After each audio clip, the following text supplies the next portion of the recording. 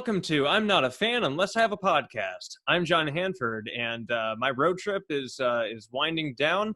I'll be getting back to Seattle a little later today, and I'm recording this before the road trip has even begun, but I imagine I will be arriving back in Seattle at some point today. Definitely after this episode has been released, and I should only hope that it was a tremendous, amazing road trip. The dunes were amazing. Yellowstone blew my fucking mind, and Ogden, Utah was also pretty sick. So I guess we'll find out on Thursday, with the next episode, how the road trip really went. But I think it's going to be a good time. Anyway, we're going to continue our theme of repeat guests with this one today. We've got Ricky. He was the third guest on this pod. I think he was the third guest. Or no, he might have been. I forget. But he was one of the first people I had on this podcast, and just had an insane story about desert days and how he saw his first time seeing King Giz being on an acid trip that followed a cocaine bender.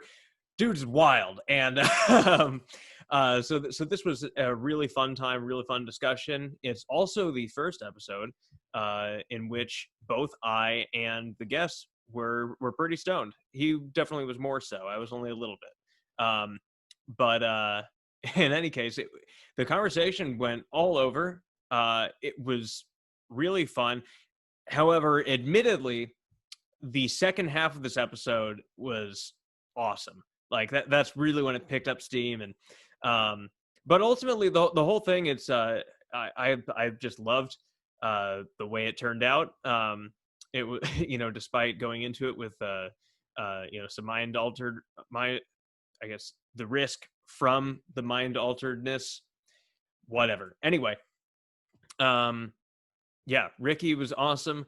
And you guys loved him the first time. You're gonna love him again, and hopefully he becomes a regular, on this podcast. I think it's probably gonna work out that way. The marathon shows aren't happening for another 14, 15 months. So yeah, I think we'll have him on, a couple more times before then. So anyway, without further ado, here is Ricky. Enjoy. All right. Cool. Yeah, sick. So we're recording now. Excellent shirt. It's Thank you.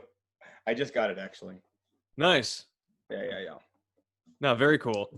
Yeah. So you were, I think, the third guest I had on this podcast, and that I just remember that being such a fun conversation, and now that I'm back recording more podcast episodes, I'm like, let me get some repeats on, Definitely.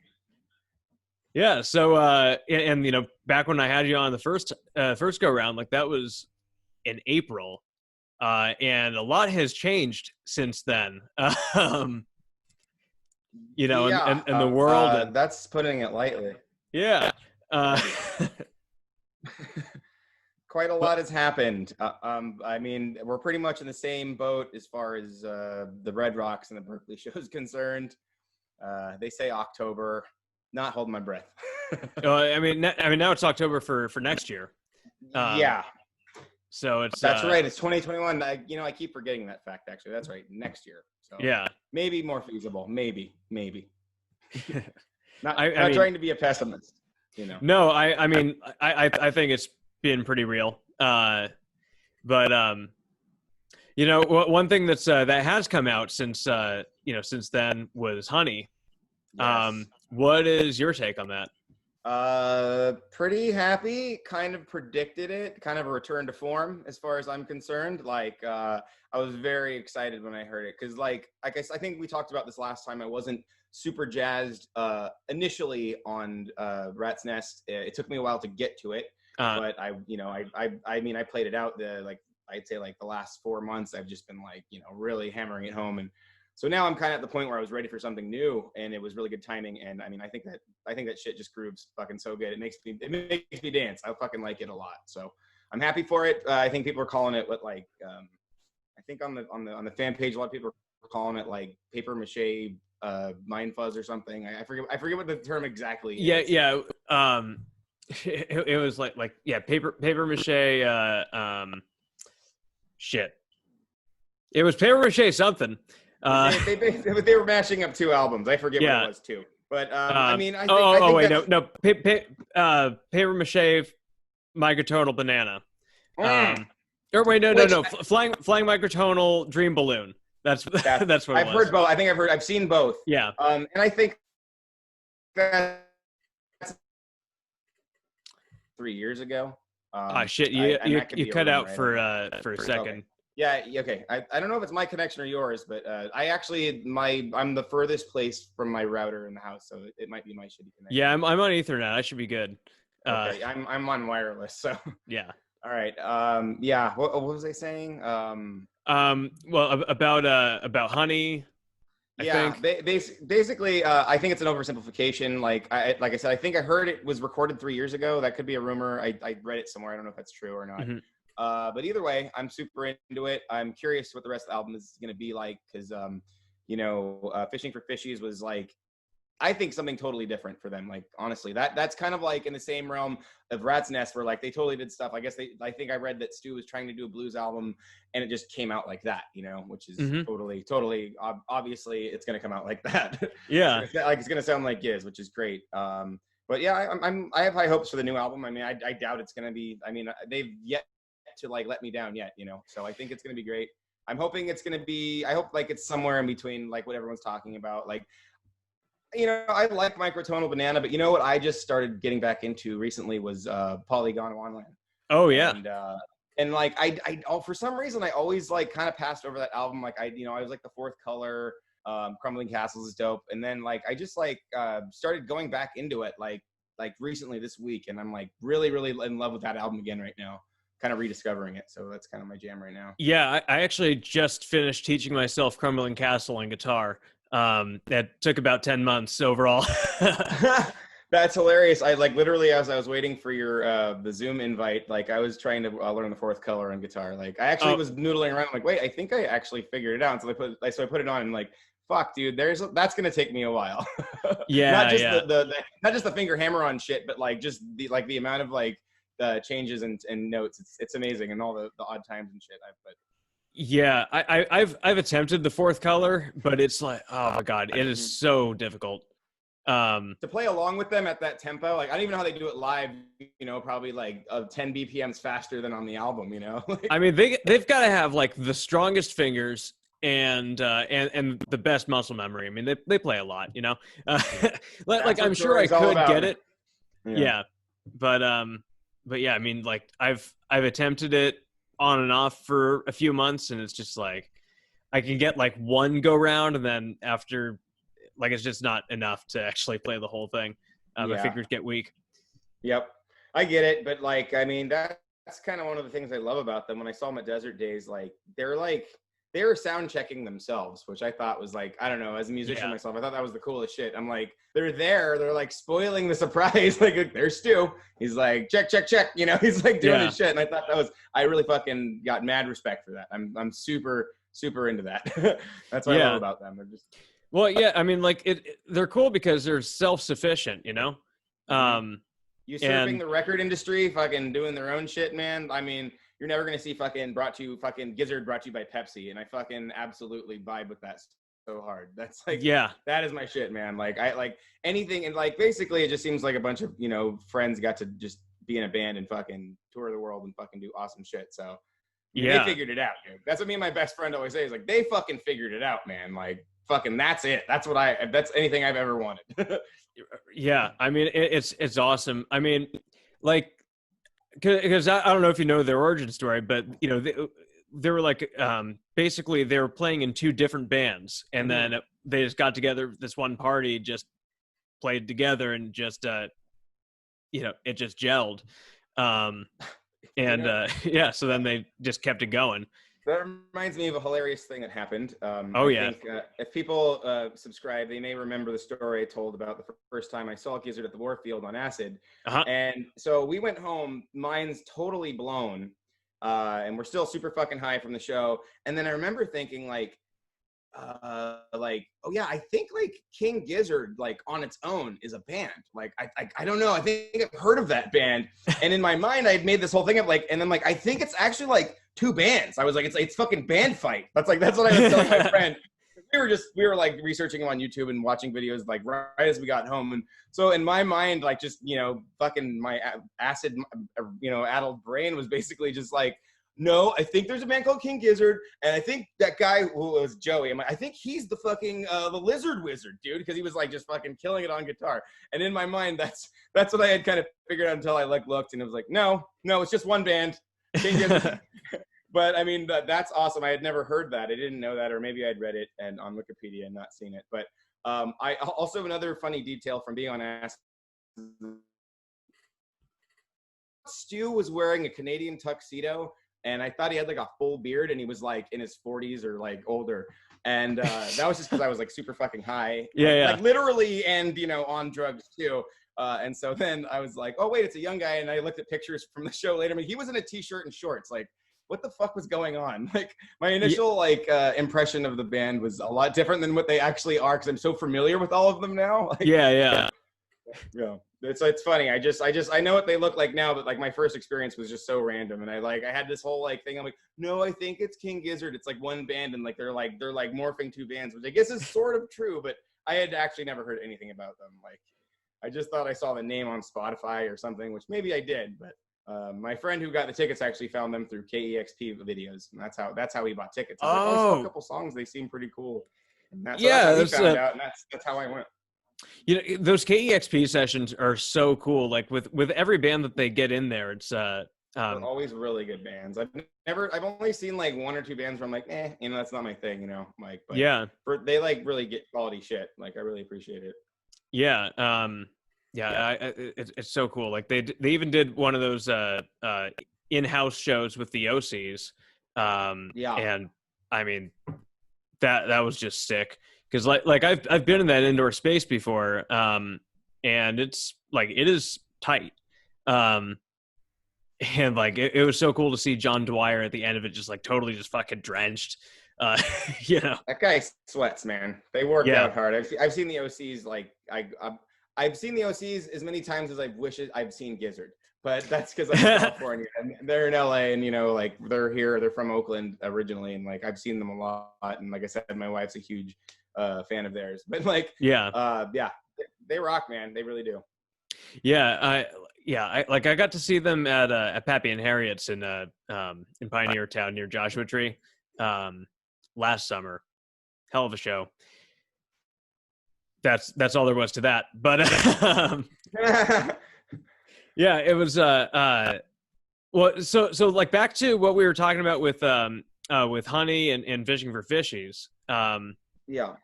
Because like I felt like, you know, my sort of idea on this new album is it's going to be somewhat of a like a hybrid of microtonal stuff and also other acoustic stuff. I think they're going to get pretty diverse with this. I just have this kind of gut feeling about it.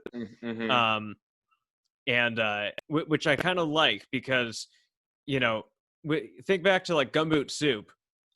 There were two microtonal songs on that, even though Gumboot was like sort of a, you know, Oddments. It was just basically Oddments too. Leftover songs from all the 5 albums they put out that year. So you know, so that was the theme of it, but at the same time, it did set a precedent with having only a couple songs that are microtonal, and then a whole bunch of other sounds. So I think this might, you know, this might just be my mind right now, but what if what we're getting is basically Gumboot 2, with but like with one sort of cohesive storyline or something. Yeah. I mean, I like I said, I think for me, what I want and need from them is like a return to form, and just like some just like kind of down the middle classic Giz, which I think Honey is definitely like really hitting all the shit. It's groovy, it's like weird and nasty, and it's fucking like it's jammy, and it's just super cool. It's just like it's quintessential Gizzard for sure. I think it was like very like just really in good taste and awesome. Like just the timing of releasing it, and it's just like it's really cool.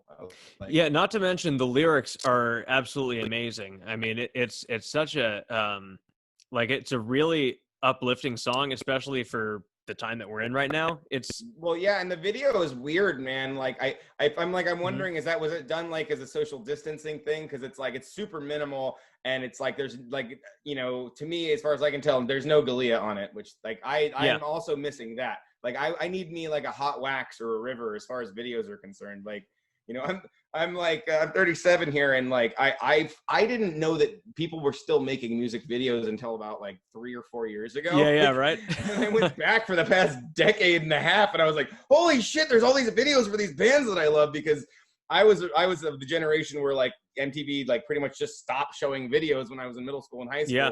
And then it was all reality shows or TRL and like the 30-second music video. And so I thought like just videos didn't happen anymore. And then like I realized Ariel Pink was making videos, and fucking King Gizzard makes videos. And so I'm really hoping to get like, that's what I want to see, is like a return to form on the like on the video side of it. Like I'd love to see like something like The River, or just like, I don't know, like Cellophane, just something super wacky and Giz, like that's what I'm hoping to get. I'm hoping we get a lot of videos from this album.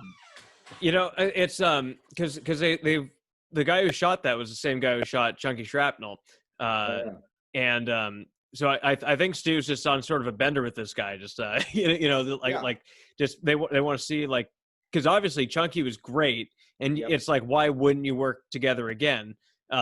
Did that come out since the last time we talked, or was it like right around that time? I thought Chunky came out. I don't know when did it come out. I thought it came out like just before we talked. But I honestly, it could have been that we didn't talk about it though, did we? No, I actually don't think we did. Yeah, I think it came out like a week later, maybe, because I remember, potentially, but we didn't talk about that. But yeah, I thought it was great. Actually, I thought there was a lot of naysaying from people on that one. I think there was a lot of negative reactions from people. Wait, what, on Chunky? Online, yeah, a lot of people were like, I think maybe more the album. I think a lot of people were bitching about like, the weird sounds or whatever. Yeah, interlude stuff.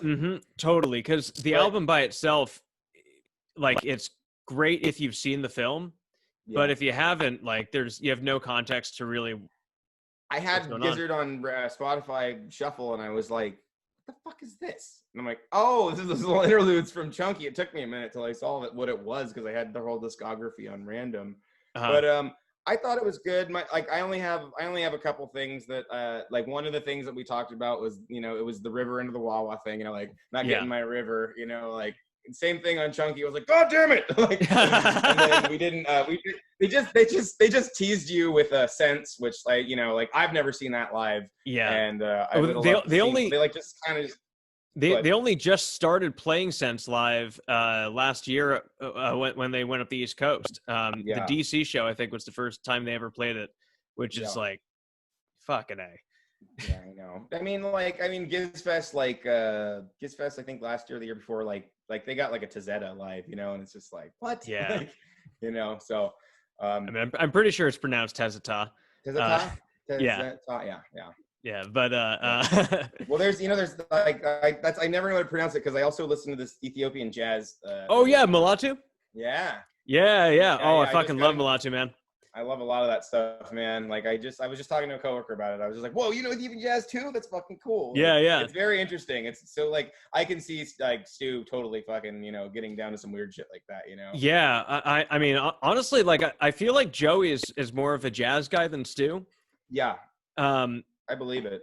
And I mean, like obviously Stu loves the jazz, but yeah, I mean, Mulatu would be right up Joey's alley, I think. Oh yeah. I mean, I have the what's in my bag for Stu. I have that playlist, and it's like there's a lot of like weird, Oop. I mean, but I love Joey. I don't know if we talked about it last time, but like, hello? Yeah. You Sorry. there? You cut out for like 5 seconds. You got a little choppy too. Okay, yeah. What I was saying is I don't think we talked about it last time, but like I'm a big Joey fan. That's my guy. Like, you Yeah. know, like some people, like, I don't know, they're like, you can only be certain people in the band. Like some people are Andy people, you know. Andy's Yeah. great, gotta have him. But I mean, I like appreciate Joey, all of them, but like I'd probably say I'm more of a Cookie or Joey guy. yeah. Well, I love Pipe Eye, so I'm way into Cook for sure. Especially solo. Like, you know what's Yeah. funny? His presence on stage is so, like, I think twice, two of the times I've seen him, I'm like, oh shit, there's Cook. Like, I was like, he's so just like mellow, and like he's on the side, and sometimes you don't even see him. Like, he's just like, oh yeah, Cookie's in the band, and that's a thing.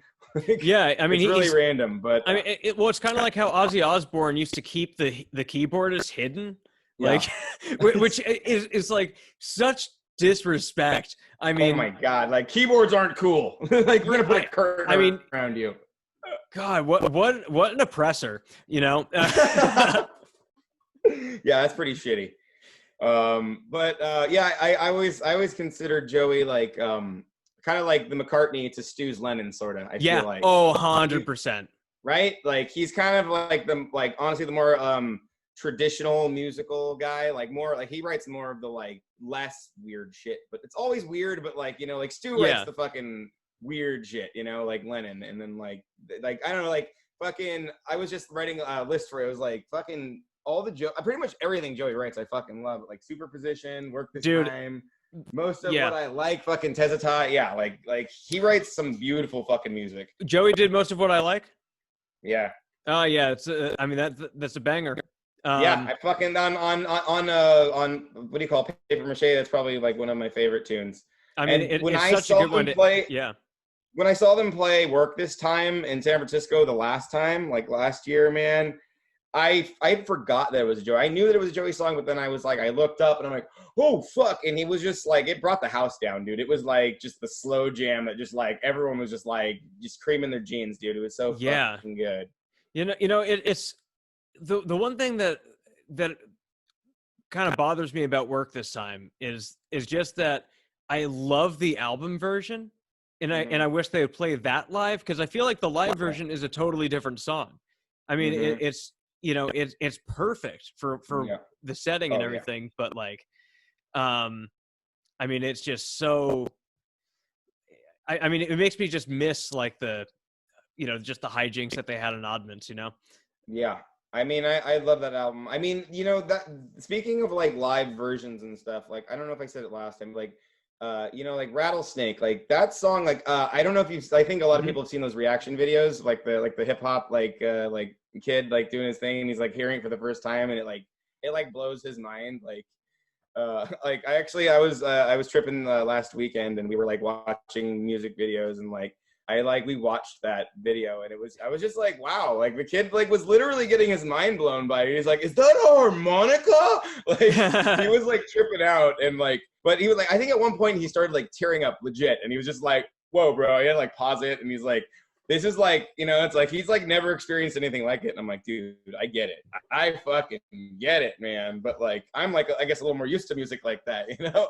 Yeah. But I think it's really funny, because my point was that, you know, that song on the album is perfect. Like, it's played out as far as Giz fans are concerned, but anytime that, I mean, if I'm somewhere random and I hear that song, I'm very excited that that's even being played, you know, like, yeah, you know, I try to play Giz at work, and they're just like, some people are just like, this is noisy and weird. Like, this makes me uncomfortable. And, you know, some people are cool with it. I work at a cool place, but, you know, I've worked in other places where Giz did not go over so well, you know? And yeah. So if I hear something like that, it's great. But live, I feel like the last couple times I saw them, it seemed like they were just trying to get through it. Like, you know? Yeah. I mean, they definitely full voice it. They're like, Rattlesnake, and not. Go ahead. Yeah. Sorry, it cut out for like 5 seconds or something, but yeah. Yeah, like it seems like they definitely haven't been playing it nearly as frequently as they had been, which I appreciate, I think. But at the same time, like, well, actually, no, I really do appreciate it, because I think making it or turning it into a rarity is a good call by them, because like whenever they play it, everybody will go ape shit. Yeah, I mean, it's and it's like, it is like, I guess for lack of a better term, it is their Smells Like Teen Spirit, So like, Yeah. it is a good song, but oh my God, they have other songs, and so, I respect the song, but like, I'm glad that I'm hoping they're making room on the set at this point. It's like, they have other songs, and I like, it's always gonna hold a place in my heart on the album, especially. But like I said, the last few times, even on Chunky, it's just, they're just rushing through it, like they're just like, all right, can we get through this goddamn song? Like, it's a 7-minute song, and I don't even think they play it the full length most of the time. They I mean, yeah, because like on the album it goes into Melting, and that's like a whole 30-second interlude. Yeah. Yep. Yeah, I mean, like there's like a rattlesnake, bam, that's just like, over. We're done. But like actually it's kind of great as a 4.5-5 minute song, just because it's like when it's played live so fast, it's like, I mean, it gets people going. And on the album it's like all falsetto, like very close to the mic, rattlesnake, and then like live they're just like rattlesnake, like just full voice. It doesn't have the same qualities because the song like is, they're playing kind of soft actually comparatively how they play live. So it's a totally different feel. It's a different song as far as I'm concerned live. That's a good point. So it's like that's why like the album version is like flawless. You can't really fuck with that. Like it's good. It's better than most live versions, I feel personally. That's my opinion. That might be a hot take, but no, I own it. Yeah, no, I mean, I think it's valid. Let's just say live, it's not my favorite song to see. Like, I mean, I think the last time last time I saw him when that song came on, I was like, okay, now's my time to go pee. I gotta go. And so that's when I went to the men's room when I saw Rattlesnake last time. I was like, okay, I get the gist. This will be over in 3 minutes. I'll be back.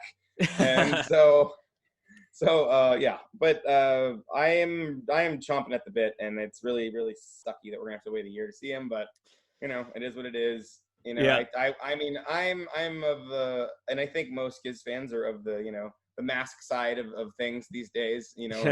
I'm doing my thing. I have to work. I'm a chef, and we're doing like a delivery thing, and so it's like I'm there. We're wearing masks in the kitchen. It sucks. It's lame, but I just hope everyone can. I hope something happens with this man, because there's a lot of dummies out there who are just making it hard for us and making it impossible for us to see Gizzard. So yeah, I mean, just pure unbridled morons. I mean, good God.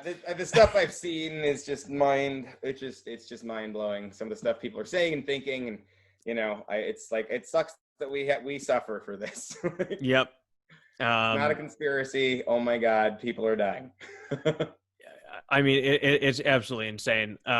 Because like I have a friend whose dad actually died. And that sucks.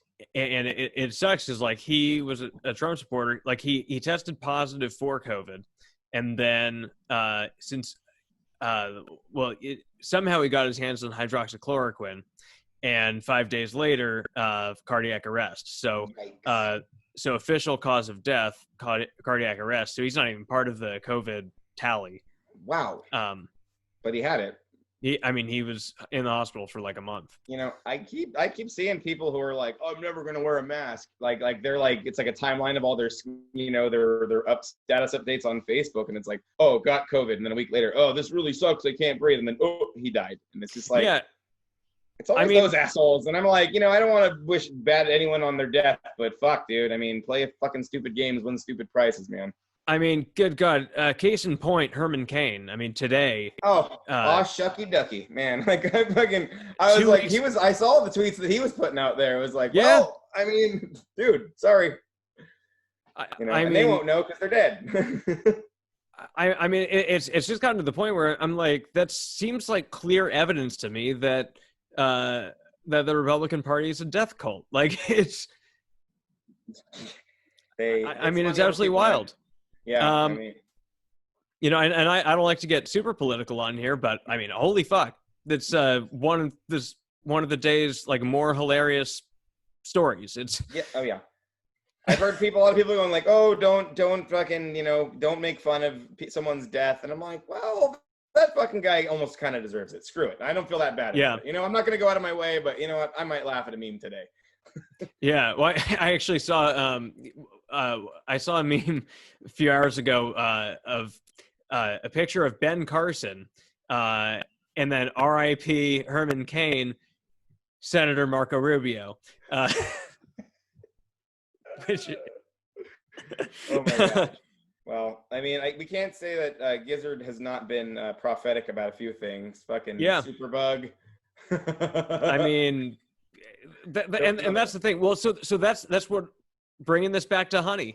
I think it's such a great song because it's like such an uplifting and positive song about love, and evidenced by the video, kind of just in the middle of like shit's over industrialized, like it's and it had that that color to it, that sort of sepia that made it look extra hazy and it was polluted. Like, I think it's like what they call golden hour. It was like right there when the sun's setting and it's like everything's orange, Yeah, and then I thought it was cool, very minimal. Like, I didn't dislike it, but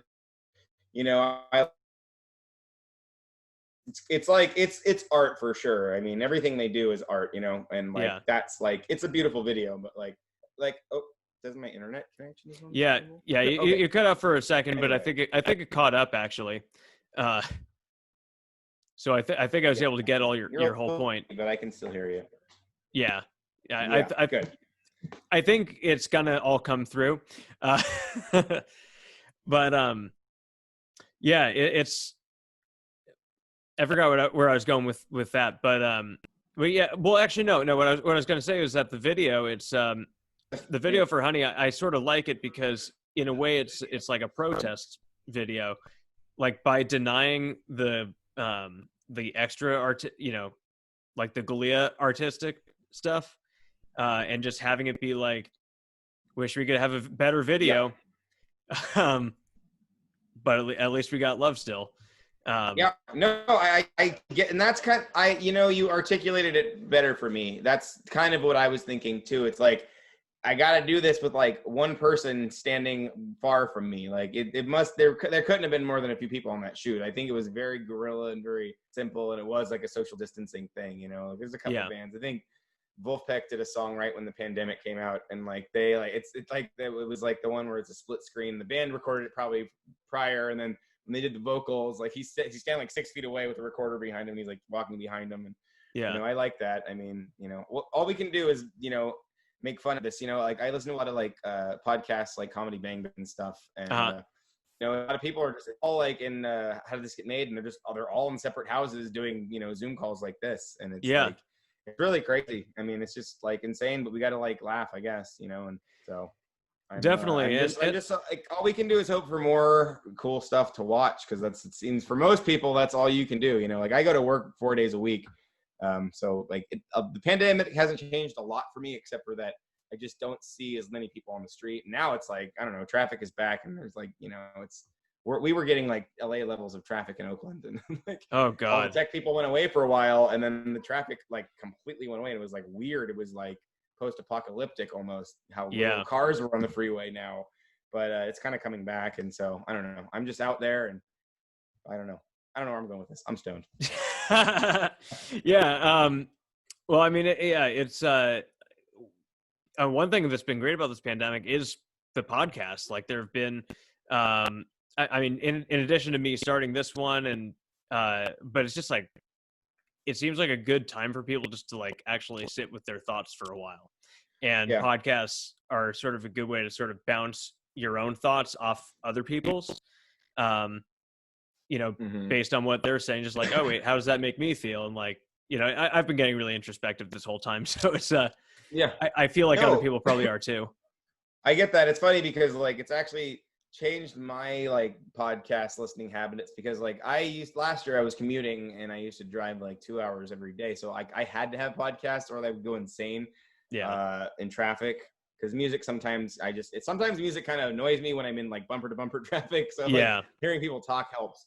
And so, but now I have like a 20-minute bike ride, and like, you know, I'll listen to a little bit of podcast, but like now it's like it's weird because my consumption of podcasts is totally different. Like I have to like find time for it, which is great because I have the ones I listen to. But I think most people now have time. A lot of people have time right now to listen, so that's good. Yeah, I know I've turned my friends on to a few different podcasts, which has been cool. You know, it at least makes me feel good about myself. You know, like, hey, I'm rubbing off onto people. But yeah, man, I think we're gonna wrap this up soon. But is there anything else Giz related that that's been on your mind that we haven't yet gotten to? I don't know. We covered a couple things from the last time we haven't talked, but you know, just kind of enjoying Honey and really like chomping at the bit for a new song. Like, I mean, how long has it been out? A few weeks? Yeah, I think 2 weeks. 2 weeks? Okay. Well, it's gonna be at least a month or two. Yeah. But they seem pretty. Like, it seems like they released like 1, 2, 3, and like I think that's how Fishies was, right? Like, yeah. It was like a string of songs in a few months. I felt like. Yeah, so, I think it was. I mean, actually, it seemed like it wasn't even a few months. It was like maybe over the course of 1 month. Because I think Fish, like the title track came out. Well, I mean, Side Boogie came out first in December, and then the title track came out like I think early April or something, and then Boogeyman Sam came out like I think 3 days before the album. That's right. So yeah, it was. I like that. So maybe we'll get an album next month. I hope. I really that would be a great gift right now. I really need that, and I hope I get it. Yeah, right. Like I was saying, I want to hear some classic Giz. You know, like I don't need Microtonal Volume 2. I honestly think that the Volume 1 in Microtonal Banana, I think that was kind of a tongue-in-cheek joke. I mean, I feel like a lot of people don't get that. Just it's kind of like this. It's like the same people who are like, I want a Giz hip hop album. Actually, that's something I want to talk about real quick. Okay, yeah. Okay, this is something I have strong feelings about, and I'm not a fast typer on my phone when it comes to Facebook. So yeah. All right, this is my take on it. Somebody recently was like, okay, just Giz samples in a hip hop album. I'm like, well, that's not a Giz album. That's just sampling Giz. And I make music of a lot of different types. I make a lot of weird psychedelic music. I used to make beats for my cousin who raps. So like, I understand, but like this whole like, I'm waiting for a Giz trap album. I'm just like, okay, where in their influences? I think we're all pretty familiar with their influences, what they listen to. And then who the fuck is going to rap? Okay, do you really want to hear Stu or Joey try to rap? Personally, I don't. Like, I just, it's like a way to talk. Like, it would be really corny or weird. I mean, and not in a good way. So all I'm saying is it's never going to happen, okay? Like, jazz album, yes. Blues album, yes. Metal album, sure. Maybe even like an African, South African style fucking, what do they call it? Highlight beat or something. But yeah, I don't think they're going to do a hip hop album. Like, what about the two drummers? The drum machines, like the logistics of it. Like, I feel like if you're asking or expecting a certain style album from King Gizzard, like, you don't understand the band at all. Like, they continue to surprise and fucking innovate. And like, I just sit back and I wait. And like, I knew after I was like, Fishing for Fishies, that's like weird. That's like something definitely different from the past.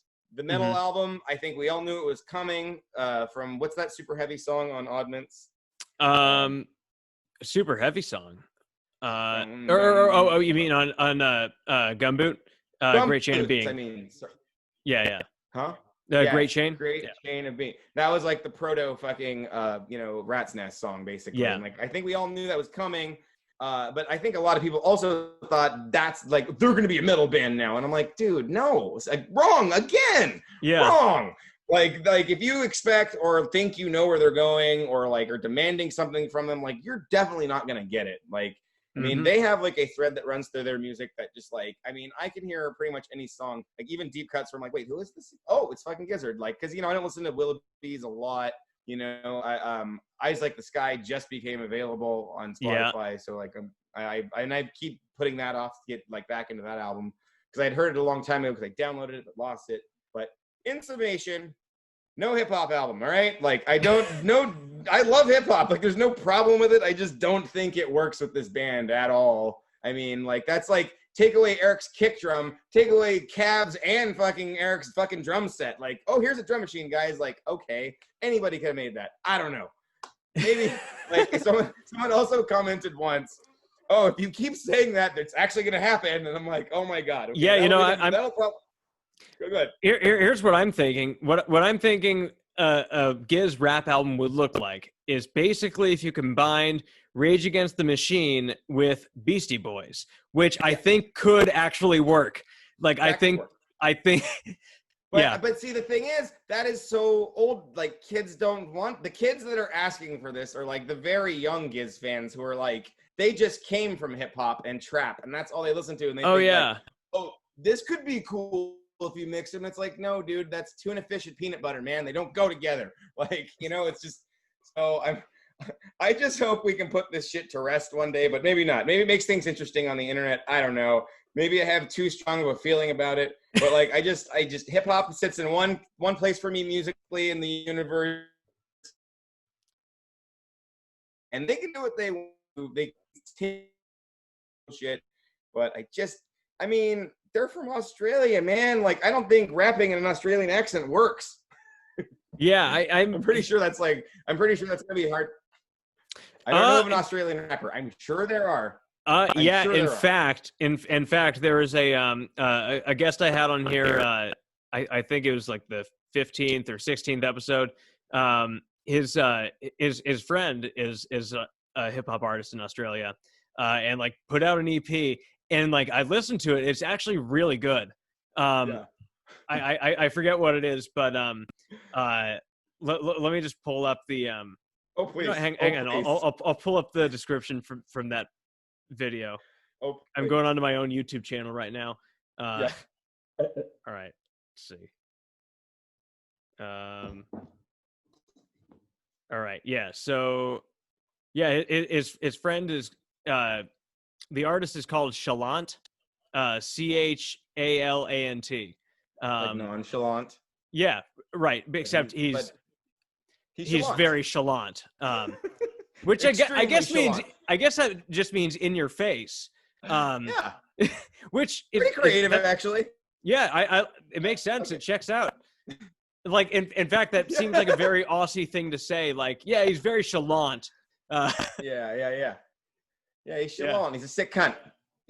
Exactly. Oh, dude, I think it was that episode. Oh, wait, no, that was a different episode. Yeah, I was explaining the difference between a shit cunt and a sick cunt. Yeah, and I used to live in a place last year with there was an Airbnb room in the house, and like there'd always be like international people there, and there was these two young girls. They were like 21, and they were staying in the room next to mine, and they were like, I remember we were joking to them about something, and they said like no, and I said what? And they're like no. I'm like, oh, you mean like no? You're putting a bunch of extra syllables on it. There's no R in no. No. But they knew who Gizzard was, and it was cool actually. They were like, it's like, you know, they're like, I think for some people, totally like Australia's pride, man. Like, and I'm really happy about that. I'm friends with this page. Australia is an elaborate. I think I am friends with it because of the Giz page from like a couple years ago. And I know way more about Australia. Like actually me and my roommate at the time, he lived in Australia. And so like, they're like, you guys know a weird amount of stuff about Australia for Americans. And I'm like, well, my favorite band's from Australia. And like, because of that, I just know a lot of stuff. And so, yeah. Yeah. Yeah.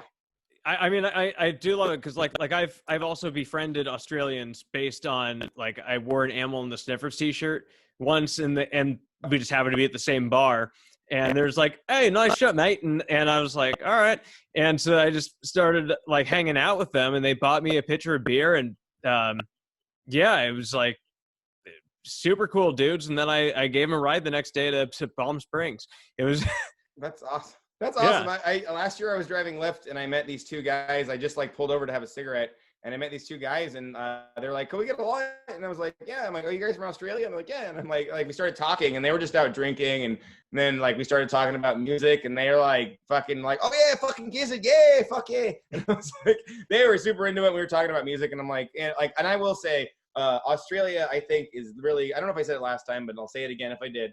Australia is totally going through like a musical renaissance right now. There's like so much good music coming out of there. I have to say, so much. I mean, Orb, there's just a lot. I'm just like really happy with Australian music right now. So like definitely. And like honestly, like it's Gizzard. It's been weird with Gizzard, like it's because of pandemic and everything. The timing of everything's fucking weird. I think they were supposed to release stuff earlier, but I think everything got kind of fucked up. But I'm really, really, really looking forward to new music and videos, and it's gonna have to keep us over. And hopefully, they will be really, really nice to us and give us an album or two in the next year, so we have stuff to listen to. But yeah, I mean, I wouldn't be.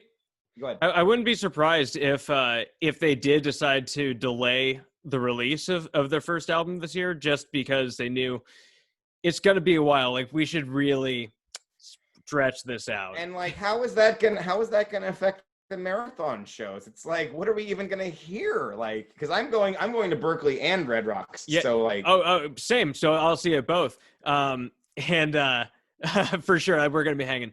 And hanging. What is it? Damn it, I lost it. We're talking about going to Red Rocks and Berkeley. Yeah, we were talking. Why did I just lose this? Oh God, this is gonna haunt me. God damn it! People will be yelling at their cell phones during the podcast. He was just talking about it. I know. Oh my God. So hard. But well, so okay. It was with they're just how they're releasing things. COVID marathon show. What are they even gonna play? Right. Okay. Got it. Okay. Here's what I think they should. What they'll end up doing. It'll be 4-hour marathon sets to allow for. I had just, as we were talking in my mind, I was literally like, you know what? I bet they'll just do a 4-hour. Yeah. They owe it to us. Yeah. So instead of Leah Senior opening, she'll just be doing like all the narrated parts of Murder of the Universe and Polygon Wonderland. Is that who that is? Oh yeah. I had no idea. Oh, yeah. So, which is like kind of the teaser, like we know we're going to be getting that. We're going to get the whole thing, probably. Yeah. Although, I still hope that she opens for them because she came out with a new album. I've never heard. I got to check her out. I'm very interested. Yeah, she's a singer-songwriter. Not psych at all, but just I mean, she's got a really great voice, writes like really beautiful songs, and yeah, it's like she's I'm basically really if you were to just turn Paper Mache Dream Balloon into a singer-songwriter and just let that go on its merry way. Yeah.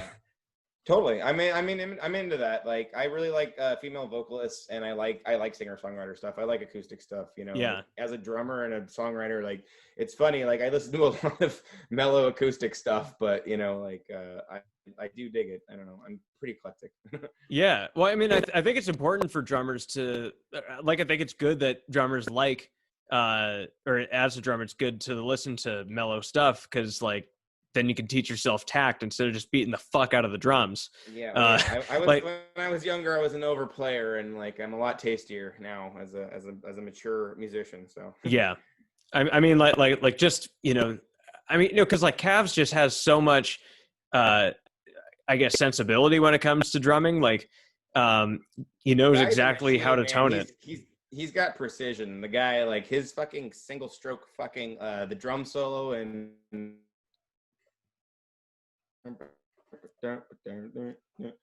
why is it escaping me right now? From Chunky in well they do it on Chunky, but what's the song? Oh, Self-Immolate? No, on Nonagon with the drum solo, oh yeah. Is that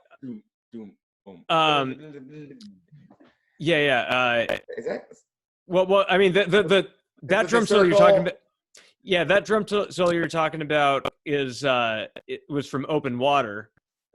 He'll do that live, but I think because from Nonagon they played Evil Death Roll. It's Gamma Knife. No, Gamma Knife. Okay, yeah. It's Gamma Knife. That's what it is.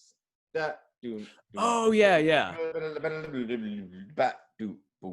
Right. Yeah, that guy. My point was he's like precision. Actually, when I saw him at Desert Days, he was like sound checking to the opening fill to Rock With You, Michael Jackson.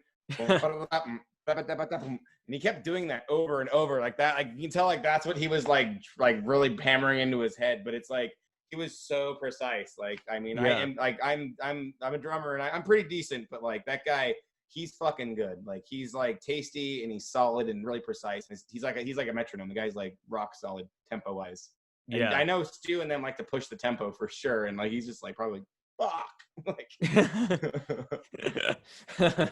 Yeah, but that's what's so great about them. It seems like they're always trying to challenge each other. yeah. I mean, like I forget which podcast episode I said this on, but like when also I think it's hilarious that I said we were going to rap like 15 minutes ago, but I get really heated about the hip hop thing, so I'm sorry. yeah. No. This like it gave this episode new life, and but like one of the things I was kind of thinking about was like, you know, with Infest the Rat's Nest, Joey was playing bass on that, and you know, since it was just, you know, Joey, Stu, and Cavs on that record, and you know, because Lucas was busy being a dad, and Ambrose and Cook had the Murlocs, and Eric had Flightless, so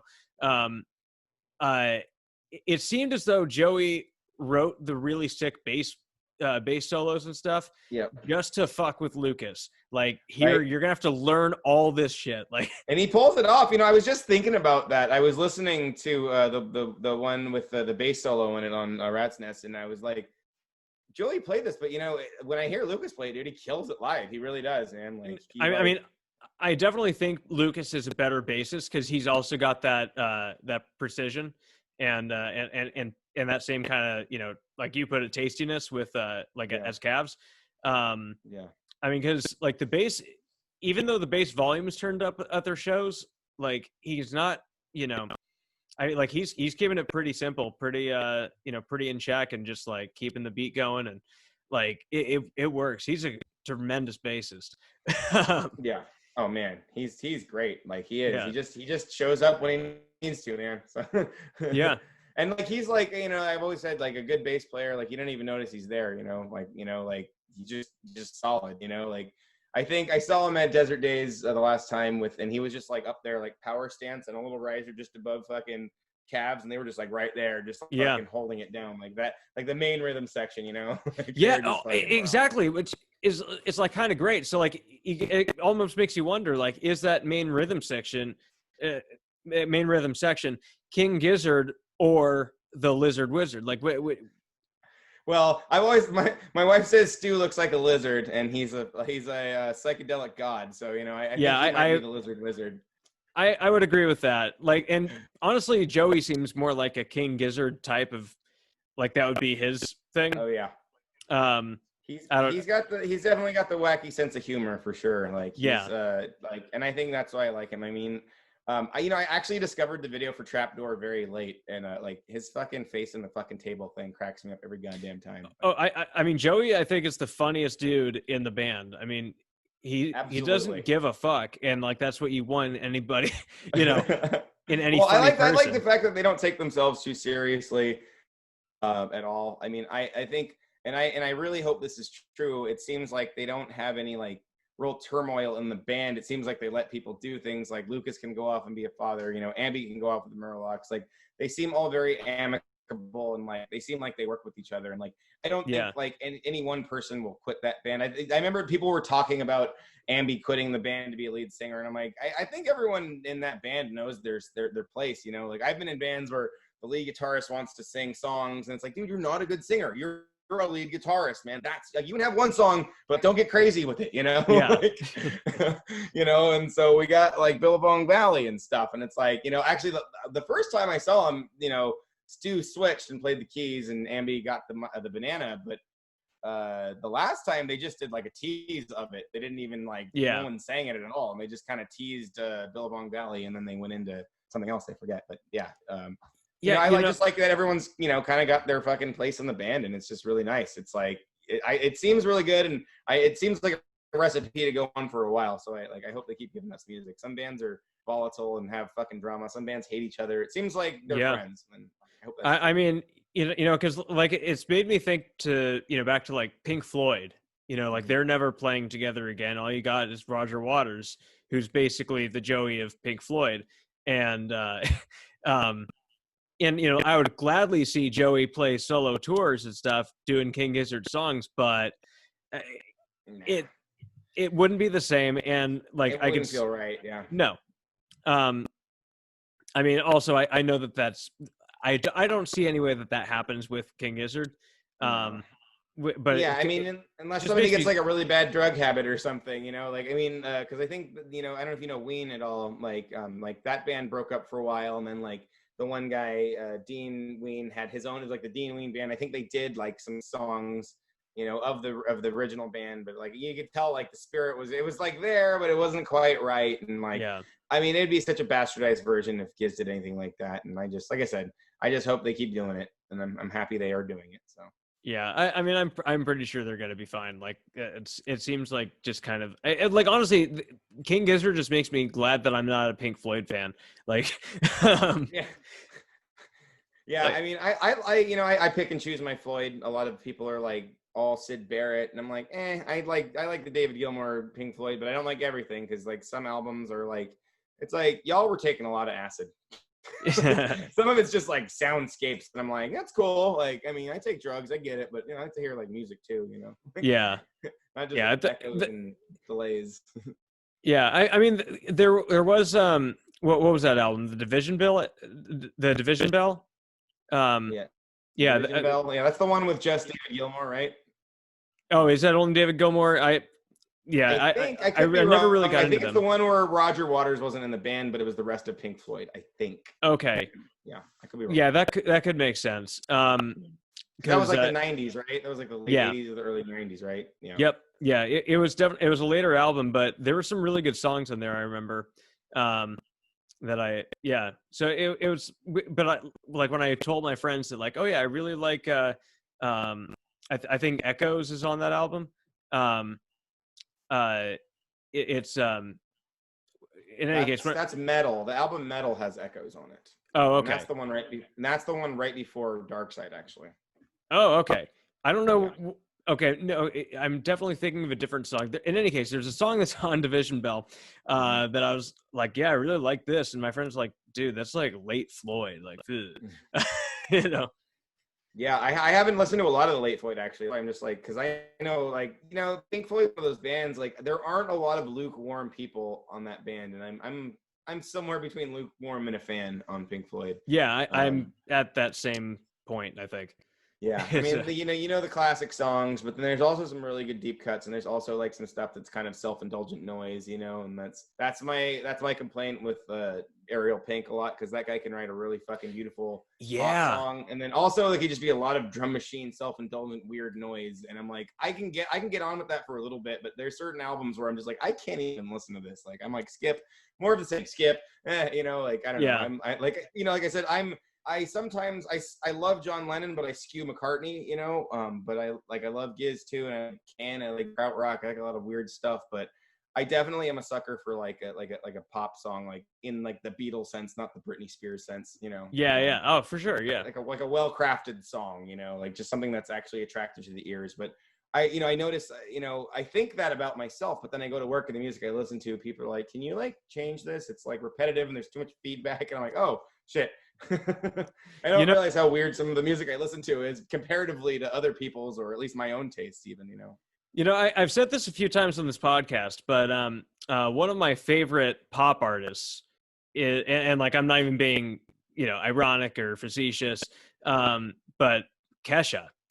Yeah. She is tremendous. Like she came out with like after her contract was finally up with Sony and all that bullshit, she released her own album in 2017 called Rainbow, and that had some really good songs in there. Like her lyrics were good, the actual instrumentation was good. Like the Eagles of Death Metal showed up, they played a couple songs in there. Nice. And she, like, Dolly Parton was on a track with her, and like, holy shit. Yeah, it's like a really fucking good eclectic like pop album, but it's her doing her own thing. Like it's clear that she's the one that's in control. What was Kesha's like big song? Like the first, like the one that I would know. Like TikTok. Wake up in the morning feeling like P. Diddy. That was my karaoke song in college. Yeah. Okay, I know what you're talking. Yeah. I do know that. I've heard that. I think The Simpsons had it on an episode or something. I think that's how we know probably. it. I mean, it's that shit was terrible. But she didn't write any of it. Yeah, So, I think that was like a Pink, that pop star. They had the same kind of deal happen where they're like, I want to be a rock star. Like, no, you're a pop star now. Here's some songs, and like, yeah, it's a whole different thing, which is again why I love Giz, because that shit'll never happen. Like, they write their own music and they have their own universe, their own Giz verse, and I'm happy about that. So yeah, I mean, Eric even like sent out an Instagram picture of him flipping off their invite to the Grammys, like. Really? Yeah. Oh, yeah. Wow, I didn't see that. That's cool. That was, I think that was in like 2017 or maybe 2018. It was, yeah, like it was fucking awesome to see that, because like that's some serious balls in the industry. It would make it feel weird. I think the thing is, like, I think, more power to them if they wanted to do that. But like, wow, I can't even believe the industry even knows who they are, for one. And two, I'm like, I would feel a certain way if they like accepted an award from that. It would be kind of odd, Well, I mean, just think about it, and not even that hard. Like, why would they be invited to the Grammys? Because clearly they have the talent to be amazing, and the Grammys are, they'll be able to get courted by all the labels, and they're gonna show, they're gonna like show them like the briefcase with anything they'd ever want, like that, like selling your soul shit, and I think they're well above that, and I think anybody who's taken their fair share of psychedelics understands how greasy and awful like capitalist business can fucking be, Yeah, that's why they don't want people taking psychedelics. So like, I think they're smart like that. That's how I know I fucking love them. So, yeah, that's great to know. That's new information for me. Oh yeah, that was one of the coolest things that I got to see on Instagram. Definitely. Ever. Anyway, man, this has been a fucking blast having you on again, and I can't wait until where you get to hang out at Red Rocks and Berkeley and shit. Dude, I mean, hey, we keep in touch, and hopefully we'll get some new music and we can talk about some stuff later. Yeah, for sure. I'll definitely have you on this again at some point. Yeah, dude, like, let's space it out, but definitely keep in touch, man. We're around. Yeah. I don't know if we're friends on Facebook, but I will friend you if we're not. Oh yeah, cool. Also, I just wanted to say this. So this episode is going to be coming out on August 11th. Which, who knows? At that point, we might have a new Giz record. So. Maybe. Let me know. All right, man. Take it easy. I'll see you on the interwebs, all right? Later, man. Great talking, man. Take care.